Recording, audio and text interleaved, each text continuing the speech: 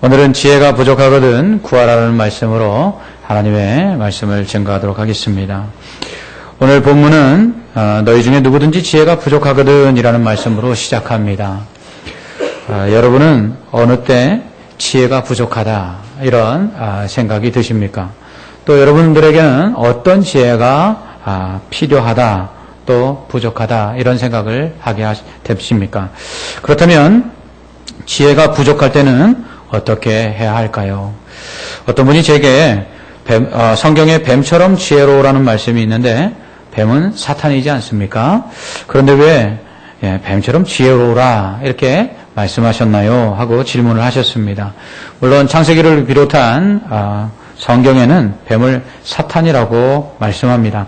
그러나 그렇다고 해서 성경에 나오는 모든 뱀을 다 사탄으로 해석해서는 안 됩니다. 본문의 의미를 잘 이해하고 문맥상에서 이를 해석해야 하지요. 예수님은 뱀처럼 지혜로우라 이렇게 말씀하시면서 그 앞에 비둘기처럼 순결하라 이렇게 말씀하셨어요. 오순절 계통의 순복음 교회나 이단들은 비둘기를 무조건 성령으로 해석하는 경향이 좀 있습니다. 그들이 비둘기를 성령으로 해석하는 근거는 예수님께서 세례 요한에게 세례를 받으시고 물에서 나오실 때에 하늘에서 성령이 비둘기같이 임했기 때문입니다. 그렇다고 성경에 나오는 비둘기를 모두 성령으로 해석하면 안 됩니다. 홍수 심판 때 물이 얼마나 말랐는지 알아보기 위해서 노아가 방주에 창을 열고 비둘기를 내보내지요. 이때 비둘기가 감람나무 잎을 물고 돌아옵니다. 그래서 땅에 물이 빠지고 묻이 드러나고 있음을 알게 되지요. 이 때문에 이 비둘기를 성령으로 해석하는 사람들은 성령은 우리에게 좋은 소식을 전해주는 분이다 이렇게 해석을 합니다. 그렇다면 노아가 다시 비둘기를 내보냈을 때 비둘기가 돌아오지 않거든요. 그러면 성령이 떠나신 건가요? 그러므로 성경에 나오는 어떠한 특정 단어들을 무조건 다른 본문에서도 다 똑같은 의미로 해석하면 성경을 잘못 오해하는 그런 오류를 범할 수 있습니다. 뱀도 마찬가지입니다. 무조건 뱀을 사탄으로 해석하면 안 되지요. 그렇다면 예수님은 뱀처럼 지혜로우라 이렇게 말씀하신 것은 뱀처럼 간교해라, 뱀처럼 간사해라 이런 뜻으로 말씀하셨을까요? 그건 아니라는 것이죠. 성경에서 하나님께서 지으신 짐승 중에 뱀이 가장 간교했다 이 말씀이 있는데 이것은 뱀이 가장 지혜로웠다라는 것이죠. 예수님께서 비둘기처럼 순결하고 뱀처럼 지혜로우라 하신 것은 성도는 비둘기처럼 순수한 믿음을 가지고 있어야 돼요. 하지만 경우에 따라서는 뱀처럼 지혜롭게 행동할 필요가 있다는 것이에요. 그래서 하나님의 사명을 감당하고 또 하나님이 주신 뜻을 이룰 수 있어야 된다는 것이죠. 예수님께서 이 말씀을 하신 것은 예수님이 십자가에 달려 돌아가신 다음에 하늘로 올라가신 후에 제자들이 이 땅에 홀로 남게 될 텐데 그 남겨진 제자들을 생각해서 하신 말씀이에요. 예수님이 하늘로 올라가신 후에 남겨진 제자들, 그들은 분명 예수님을 미워했던 사람들에 의해서 핍박을 받을 것이라는 거거든요. 마치 이리떼 가운데 들어가는 양떼와 같이 언제 어떻게 잡혀먹을지 모르는, 언제 죽을지 모르는 그런 운명에 처해지게 될 것이라는 것이에요.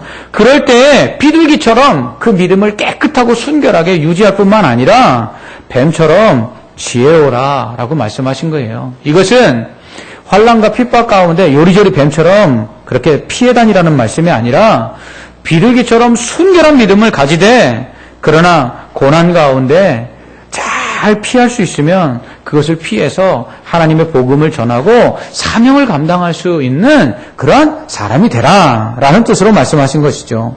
때때로 우직하게 믿음을 지킨다는 이유만으로 어리석은 행동을 하는 사람들이 있습니다.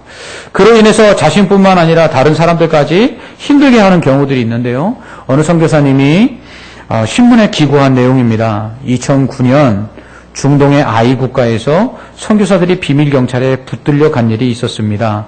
소위 땅 밟고 기도한다는 공격적인 선교를 하는 단체 소속의 선교사들이었습니다. 책임자가 붙들려갔고 그 뒤를 이어 같은 선교단체의 멤버들이 줄줄이 붙잡혔습니다. 그들은 풀려날 때에 당시 그 나라에서 동역하던 40여 명의 선교사들이 강제 출국되거나 비자 연장이 허락되지 않는 방식으로 10수년간에 걸쳐 이루어 놓았던 사역의 터전을 접고 그 나라를 떠나야만 했습니다. 문제는 그 많은 선교사들이 영문도 모른 채 그 나라를 떠나야 했던 이유가 오리무중이었습니다. 다만 그 선교단체 멤버들이 풀려나는 과정에서 현지에 있던 다른 선교사들의 명단을 넘기는 선에서 테이블 밑에서 딜했다는 루머가 돌았고 추방당한 이들 역시 강하게 어필했지만 달리 도리가 없었습니다. 이어서 선교사님의 말씀은 이러했습니다. 순교를 각오하고 이슬람 국가에서 자신들이 그리스도인임을 드러내고 노방전도를 하며 거리에서 찬양하고 통성으로 기도하는 것은 좋다. 그러나 그 나라에서 신분을 섬기고 선교하는 선교사들은 그렇다면 잘못된 것인가? 아니라는 것이죠. 순교를 각오하고 선교하는 것, 이건 비둘기처럼 순결한 믿음이다 할 수 있습니다. 그러나 신분을 감추고 비밀 위에 선교하는 것은 뱀처럼 지혜로운 것이죠. 예수님께서 말씀하신 뱀처럼 지혜로운 말씀은 이런 것입니다. 간교하게 살라는 것이 아니라 하나님의 말씀을 전할 때 지혜로워서 그 복음 전하는 일이 막혀지지 아니하고 하나님의 사명을 감당함으로 하나님께 영광을 돌리라 라는 말씀이지요.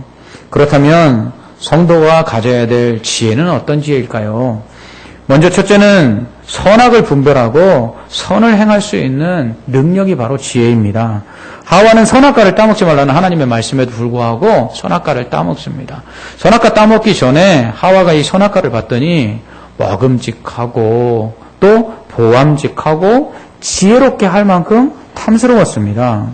선악과는 지혜롭게 하는 열매였던 것이죠. 곧 선악을 아는 것이 지혜입니다. 그러므로 지혜는 선악을 분별할 줄 아는 것이죠. 솔로몬은 하나님께 지혜를 구합니다. 이유는 하나님의 백성을 공정하게 재판하기 위함이었습니다. 이에 하나님은 그에게 지혜를 주셔서 백성을 잘 재판할 수 있게 하시죠.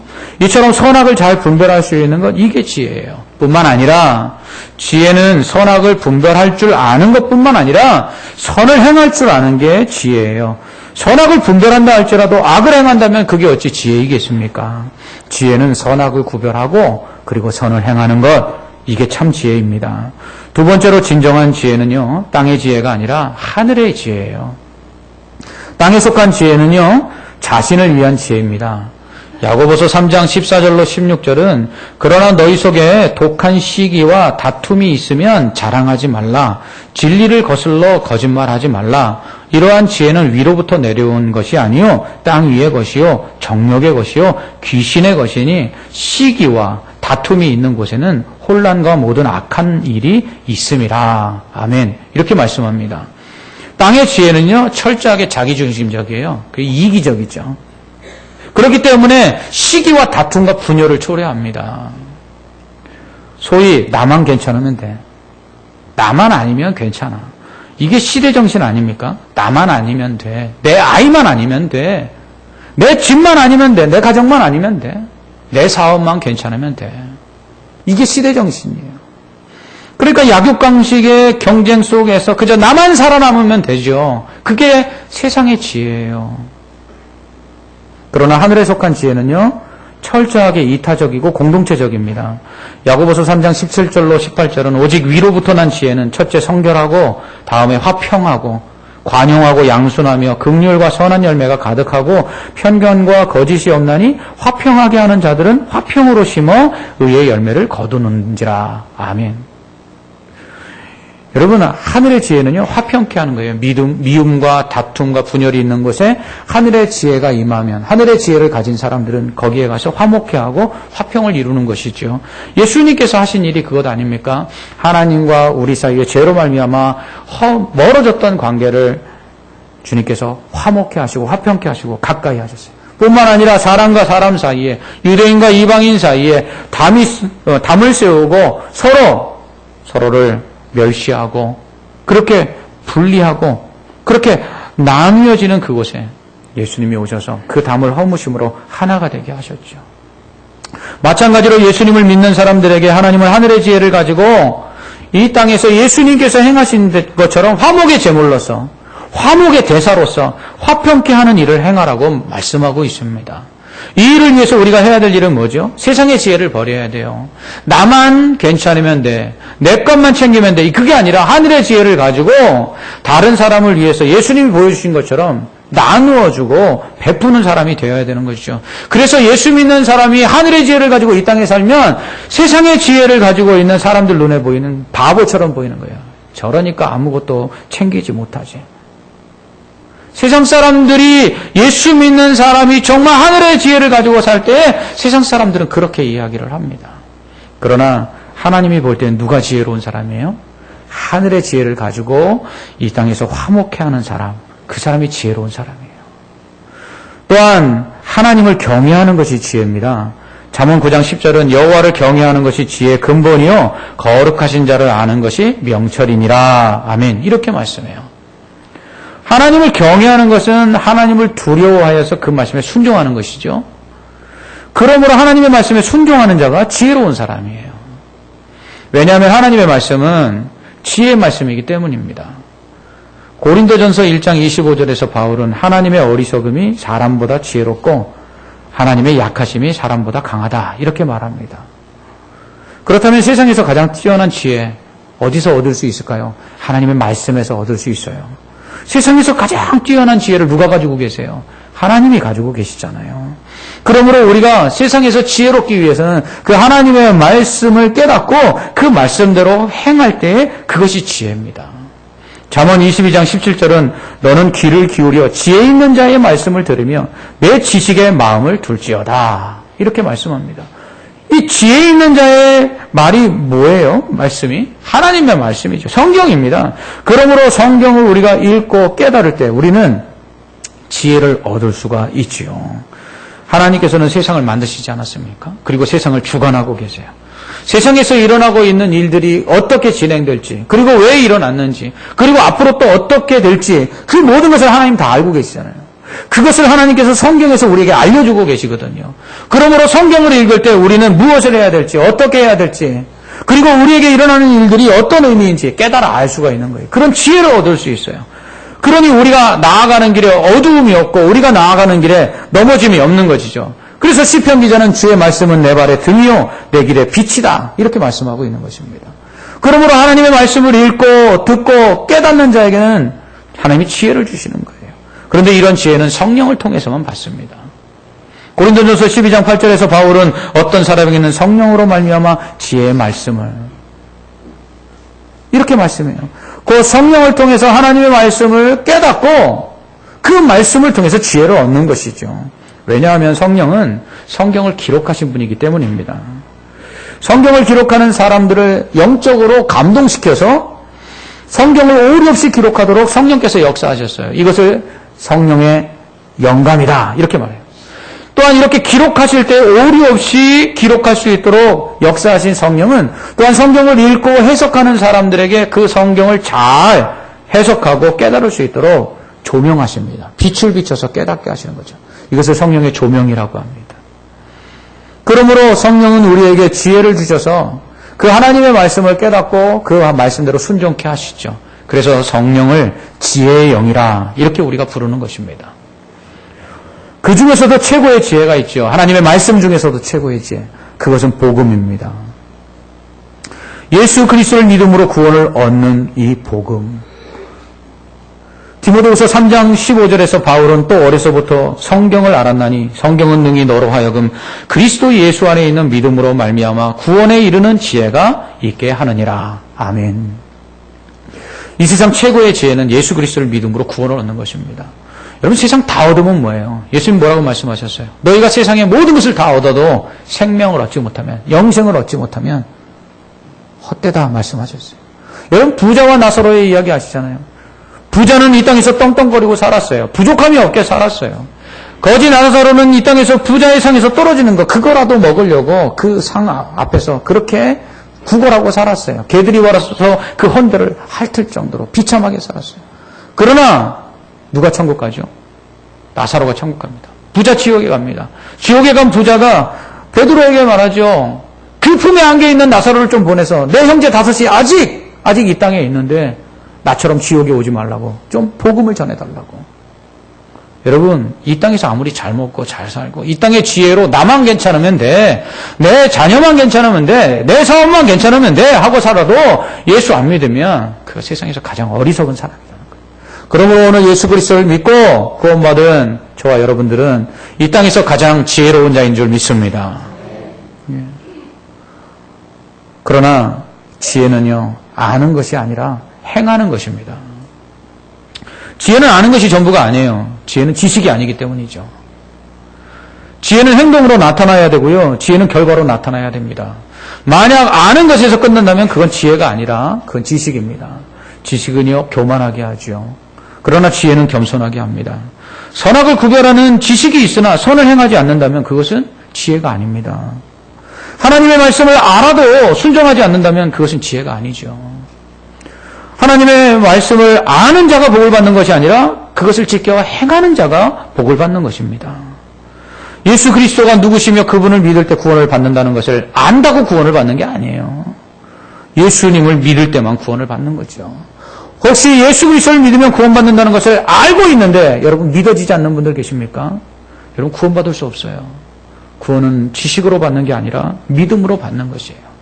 그렇기 때문에 참 지혜는 아는 것에서 그치지 않고 행함으로 나타나야 합니다. 그러므로 행함이 없는 믿음이 죽은 믿음이듯이 행함이 없는 그러한 지식은 지혜는 지혜가 아니에요. 하나님은 이렇게 지혜로운 자들, 그러한 지혜가 있는 자들을 통해서 하나님의 일을 행하시기를 원하십니다. 하나님은요, 어리석은 자를 들어 지혜로운 자를 부끄럽게 하신다 이렇게 말씀합니다. 그러나 그렇다고 하나님께서 어리석은 자들을 사용하시는 건 절대로 아니에요. 이것은 스스로를 지혜롭게 생각하여 교만한 자들을 버리시고 자신을 낮춰서 어리석은 자처럼 겸손한 자들을 하나님께서 사용하신다는 뜻이에요. 즉 하나님 앞에서 스스로 지혜로운 줄 알고 교만하게 행하는 사람들 앞에서 하나님께서는 그들이 어리석다라고 비웃는 사람들을 지혜롭게 하셔서 하나님의 일들을 행하게 하심으로 스스로를 지혜롭게 여기는 교만한 자들을 부끄럽게 하신다는 뜻입니다. 그러므로 하나님의 일을 행하기 위해서는 우리에게 지혜가 필요해요. 하나님은요, 지혜로운 자들을 더 지혜롭게 하셔서 그 일들을 행하게 하십니다. 출애굽기 31장 6절은 하나님은 내가 또 단지파 아히사막의 아들 오홀리압을 세워 그와 함께 하게 하며 지혜로운 마음이 있는 모든 자에게 내가 만들게 할지니 라고 말씀합니다. 성막 만드는 데 있어서요, 성막의 식양을 모세에게 보이신 다음에 그 설계대로 성막을 짓도록 할 때 지혜로운 자들을 택해서 그 일들을 맡기셨어요. 그런데 성령을 주셔서 더 지혜롭게 하셔서 그 일들을 행하게 했죠. 각 지파에서 모세가 모든 백성들을 다 재판할 수가 없잖아요. 그러니까 이스라엘 백성들을 재판할 수 있는 재판관과 지도자들을 세우는데 어떤 사람들을 세웠어요? 각 지파에서 지혜로운 사람들을 세워서 그 백성들을 재판하고 다스리도록 했습니다. 또한 초대 예루살렘 교회는 과부들을 구제하는 일을 위해서요, 사람들을 택하였는데요. 그 7사람들을 택할 때 이런 기준으로 세웠어요. 성령과 지혜가 충만하여 칭찬받는 사람, 이런 사람들을 세웠습니다. 사도행전 6장 10절은 그러한 사람들 중에 한 사람이었던 스데반에 대해서 이렇게 말씀합니다. 스데반이 지혜와 성령으로 말함을 그들이 능히 당하지 못하며. 여러분, 어리석어도 하나님 쓰신다 이렇게 생각하시면 안 돼요. 하나님 똑똑한 사람 쓰십니다. 하나님 지혜로운 사람 쓰십니다. 그렇다면 우리 어떻게 해야 될까요? 우리는 그 지혜를 구해야 합니다. 하나님이 주시는 그 지혜를 가지고 하나님의 공동체를 섬겨야 합니다. 어떤 지혜요? 선악을 구별하고 그래서 선을 행하는 지혜. 하나님의 말씀에 순종하는 지혜. 하나님의 공동체를 위해서 자신을 희생하여 화목해 하는 지혜. 하나님은 이런 지혜가 있는 사람들을 통해서 하나님의 일을 행하시는 것이죠.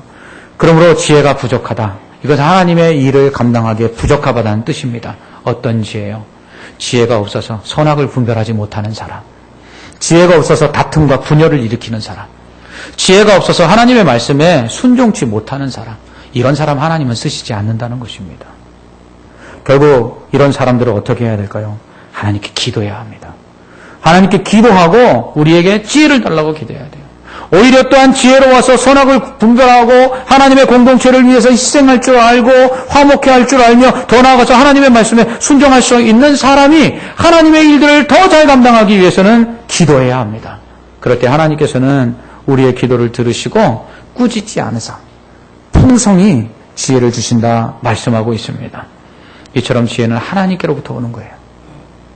성령을 통해 하나님의 말씀을 깨닫게 하시고 순종케 하심으로 지혜롭게 행하시는 거예요. 우리가 기도함으로 하늘의 지혜를 얻어서 공동체를 화평케 하고 예수 그리스도의 마음을 우리에게 주심으로 공동체를 위해 자기를 희생할 수 있고 십자가를 질 수 있는 거예요.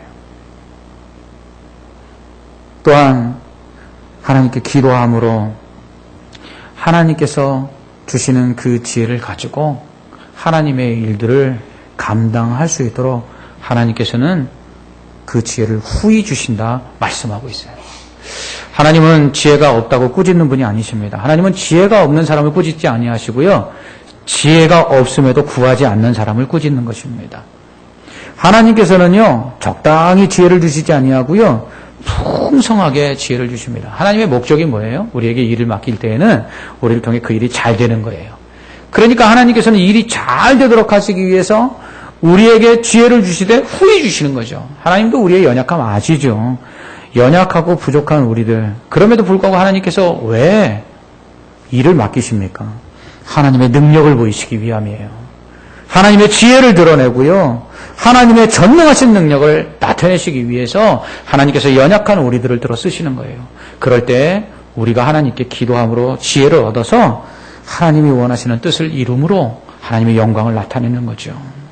경상남도 양산에는요. 삼양교회가 있습니다. 정현철 목사님이 담임하고 계신 교회인데요. 개척교회 시절 정 목사님은 이곳저곳에서 지원을 받았다고 합니다. 어떤 교회 선교회에서 매월 3만 5천 원씩 지원을 했다고 하는데요. 그 돈을 받으러 가셨다고 합니다. 당시에는 온라인으로 송금이 잘 안 됐나 봐요. 그래서 직접 가서 그 후원금을 받아오셨다고 하는데요. 교회 갔더니 조금 기다리라고 말하는 것이에요. 근데 기다리다 보니까 6시간이 넘었답니다. 6시간 만에 3만 5천 원을 받고 돌아오면서 정 목사님이 이런 생각이 들었대요. 6시간을 하나님께 기도했다면 하나님이 35만 원, 350만 원도 주셨을 텐데. 그러면서 그 마음속에 이런 생각이 들더래요. 이제는 사람 보지 말고 하나님만 보자. 그래서 돌아와서요. 후원하던 모든 교회에다 편지를 써서 후원 요청을 다 끊어버렸습니다. 그리고 하나님만 바라보고 기도하기 시작했어요. 지금은 양산에서 제일 큰 교회가 되어서 수많은 교회를 섬기고 있습니다. 솔로몬은 너의 행사를 여호와께 맡기라. 그리하면 너의 경영하는 것이 이루리라 라고 말씀했습니다. 어찌 보면 정 목사님의 행동은 뱀처럼 지혜로운 것처럼 보이진 않습니다. 그러나 여러분 그 어떤 지혜로운 행동보다요. 기도하는 게 가장 지혜로운 줄 믿으시기 바랍니다. 하나님께서 모든 것을 행하실 수 있음을 믿고 하나님께 맡기는 것 그게 가장 지혜로운 거예요. 여러분 하나님이 전능합니까? 여러분이 전능합니까? 하나님이 다 아십니까? 우리가 다 압니까? 여러분 어떤 사람들은 자기 힘으로 그 일들을 하려고 하는 사람들이 있어요. 그런데 그것은 어리석은 일이에요. 그렇기 때문에 가장 지혜는 무엇입니까? 하나님께 기도하는 것입니다. 이게 가장 지혜로운 것이에요. 이럴 때 우리는 믿음으로 기도해야 합니다. 하나님께서 주실 것을 믿고 의심치 않아야 됩니다. 그럴 때 하나님은 응답하시죠. 야고보는 6절과 7절에서 오직 믿음으로 구하고 조금 더 의심하지 말라. 의심하는 자는 마치 바람에 밀려 요동하는 바다 물결 같으니 어떤 이런 사람은 무엇이든지 주께 얻기를 생각하지 말라. 아멘. 8절에서는 두 마음을 품어 모든 일에 정함이 없는 자로다 라고 말합니다. 여러분 하나님께 구하고 기도하는 자는요. 하나님께서 주실까? 하나님께서 응답하실까? 하나님 하실 수 있을까? 이렇게 의심하며 기도해서는 안 돼요. 이럴 때는 흔들릴 수밖에 없지요. 이렇게 하나님께서 주실 거야 라고 생각하며 기도를 시작했으나 정말 주실까? 하고 끝난다면 이렇게 기도한 사람은 하나님께 두 마음을 품었기 때문에 하나님의 응답을 아예 생각하지 말아야 됩니다. 여러분, 만약 여러분께서 기도하고 일어서는데 응답될까? 라는 의심이 들었다면 여러분 그 기도는 헛되게 하신 기도입니다. 오직 우리는 하나님만 바라보고 하나님께 모든 것을 맡기고 전적으로 기도해야 합니다. 양산 삼양교회 정현철 목사님처럼 하나님께 기도하는 사람은요, 하나님께서 주실 것을 확신하고 모든 것을 끊어버리는 결단이 좀 필요한 것 같아요. 믿음의 기도는요, 배수진을 치고 기도할 필요가 있습니다. 병든 자들 중에 아주 심각한 병에 걸린 사람들 중에 병 났다는 사람들 있잖아요. 그런 사람들의 기도는 어떤 기도입니까? 간절할 수밖에 없죠. 마지막이잖아요. 이제 끝이잖아요. 하나님께서 응답하시지 않고 하나님이 고쳐주시지 않으면 방법이 없잖아요. 우린 기도할 때 이런 마음으로 기도해야 우린 두 마음을 품지 않을 수 있어요. 어떤 사람들은 기도할 때마다 다른 방법들 다 생각해놓고 기도하는 사람이 있어요. 하나님께서 응답하시지 않으면 김씨 만날까? 이씨 만날까? 누구에게 가서 이 문제를 해결할까? 그런 생각들을 다 가지면서 하나님께 기도해요. 그러니까 하나님께서 응답하시지 않아도 살아나갈 방법을 생각하니까 두 마음을 품고 기도하는 거죠. 어떤 사람들은 하나님께서 행하실 일들을 기도로 아래요. 하나님, 이 문제는 이렇게 해결해 주시고요. 저 문제는 저렇게 해결해 주시고. 하나님 앞에서 누가 더 지혜로운지 알지 못하고요. 마치 하나님께서 행하실 방법들은 내가 더 지혜로우니까 이 방법으로 해결해 달라고 하나님께 제시하는 사람들이 있어요. 얼마나 어리석은 사람입니까? 여러분, 수학 박사 앞에 가서 수학 문제를 푸는 학생이 이 문제는 이런 방식으로 풀어야 됩니다라고 말한다면 수학 박사가 얼마나 우습게 생각하겠어요. 근데 많은 사람들이 기도할 때 그렇게 기도할 때가 있다는 거예요. 하나님, 이 문제는 이렇게 해결해 주시고 저 문제는 저렇게 해결해 주시고. 하나님 앞에 지혜를 나타내요. 그러니까 하나님이 뭐라고 생각하시겠어요? 그래? 똑똑한 네가 그럼 해결해봐. 아무것도 해결할 수 없는 거예요. 가장 지혜로운 사람은 하나님, 난 지혜가 없습니다. 나는 어리석은 사람입니다. 하나님 어떻게 하죠? 방법이 없습니다.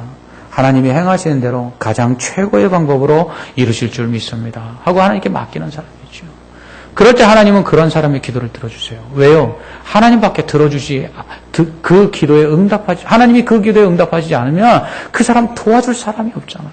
도와줄 이가 없잖아요. 그렇게 하나님 앞에 기도할 때 하나님께서는 들으시는 거예요. 불의한 재판관 앞에 갔던 과부. 하나님도 두렵지 않고 사람도 무섭지 않은데 과부가 그 사람한테 가잖아요. 왜? 그 사람밖에 없으니까. 그 불의한 재판관밖에 자기의 원한을 풀어줄 사람이 없으니까 날마다 가서 요구하니까 재판관이 어떻게 해요? 귀찮아서 들어주잖아요. 기도는 그렇게 하는 거예요. 하나님밖에 없습니다. 하나님이 들어주지 않으면 다 없습니다. 그런데 뒤에다가 다 내 방법들 다 생각해 놓고 마치 하나님을 의지하는 것처럼 그렇게 기도하면 하나님 아시죠. 그럼 네 방법 다 해보고 와. 그래서 결국은 두 마음을 품은 사람들에게 하나님이 허락하시는 건 뭐예요? 그 방법대로 다 하다가 안 된 다음에 천부의 의지 없어서 손 들고 옵니다. 그렇게 할 때 하나님 응답하세요. 왜? 나밖에 없지 알려주시려고요. 그래서 우리는 기도할 때 다 내려놓고 기도하는 거예요. 하나님의 일을 감당하기 위해서 이 세상을 살아가기 위해서 우리의 지혜가 필요합니다. 하나님의 말씀을 옳게 깨닫고요. 그 말씀에 순종하고 선을 행하고 공동체를 화목케 하는 하늘의 지혜가 필요합니다. 이러한 지혜는 하나님께서 주셔야만 합니다. 이런 지혜를 달라고 하나님께 기도해야 합니다. 그러면 하나님께서 후히 주시고 꾸짖지 아니하실 것입니다. 이렇게 기도할 때 우리는 의심치 말아야 합니다. 그러면 하나님께서 우리에게 응답해 주십니다. 지혜를 주십니다. 그래서 하나님의 일을 감당하게 하시는 것이죠. 지혜로우신 하나님은 어리석고 연약한 우리에게 하나님의 큰 일들을 맡기셨어요. 우리가 감당할 수 있는 일들을 맡기셨을 뿐만 아니라 우리가 부족하고 연약한 것을 하나님께 기도하면 하나님께서 충만하게 채워주시고 지혜를 주셔서 그 일들을 감당하게 하십니다. 하나님의 말씀 속에 지혜가 있어요. 성경 읽으시기 바랍니다. 하나님의 말씀을 듣고 깨달으시기 바랍니다. 성령을 통해서 그 말씀 속에서 우리가 행해야 될 선이 무엇인지를 알고 하나님을 기쁘시게 하는 그 선을 행하는 지혜를 얻으시기 바랍니다. 어리석고 연약한 우리로 화평하게 하는 화목의 제물이 되도록 하기 위해서 이 교회 안에 우리를 보내셨다는 것을 기억하시고 늘 화목해 하기 위해서 하나님으로부터 지혜를 구하시기 바랍니다. 그럴 때 하나님께서는 우리가 아무것도 의심하지 않고 하나님이 주신 사명을 감당하고자 하늘의 지혜를 구할 때 하나님께서는 우리로 뱀 같은 지혜를 주셔서 이 땅 가운데 하나님의 일들을 이루게 하실 뿐만 아니라 비둘기 같은 그 순전한 믿음을 아름답게 지켜서 하늘나라에 가서 큰 상을 얻게 하실 줄 믿습니다. 기도하겠습니다. 사랑과 은혜가 충만하신 하나님 아버지, 어리석고 연약한 우리들을 통해 하나님의 큰 일을 이루고자 원하시는 하나님, 우리에게 지혜를 허락하여 주시옵소서. 후히 주시되 꾸짖지 아니하시고 넘치도록 주셔서 하나님 맡기신 일들을 잘 감당할 수 있게 하여 주시옵소서. 그리함으로 하늘의 지혜를 받아 우리의 삶이 거룩하게 하시고 선한 일을 행하게 하시고 하나님의 말씀에 순종하여 복을 얻게 하시며 나아가 하나님께서 기뻐하시는 이 아름다운 교회를 화목해 하는 지혜로운 믿음의 성도들 되게 하여 주시옵소서. 예수님 이름으로 기도합나이다. 아멘.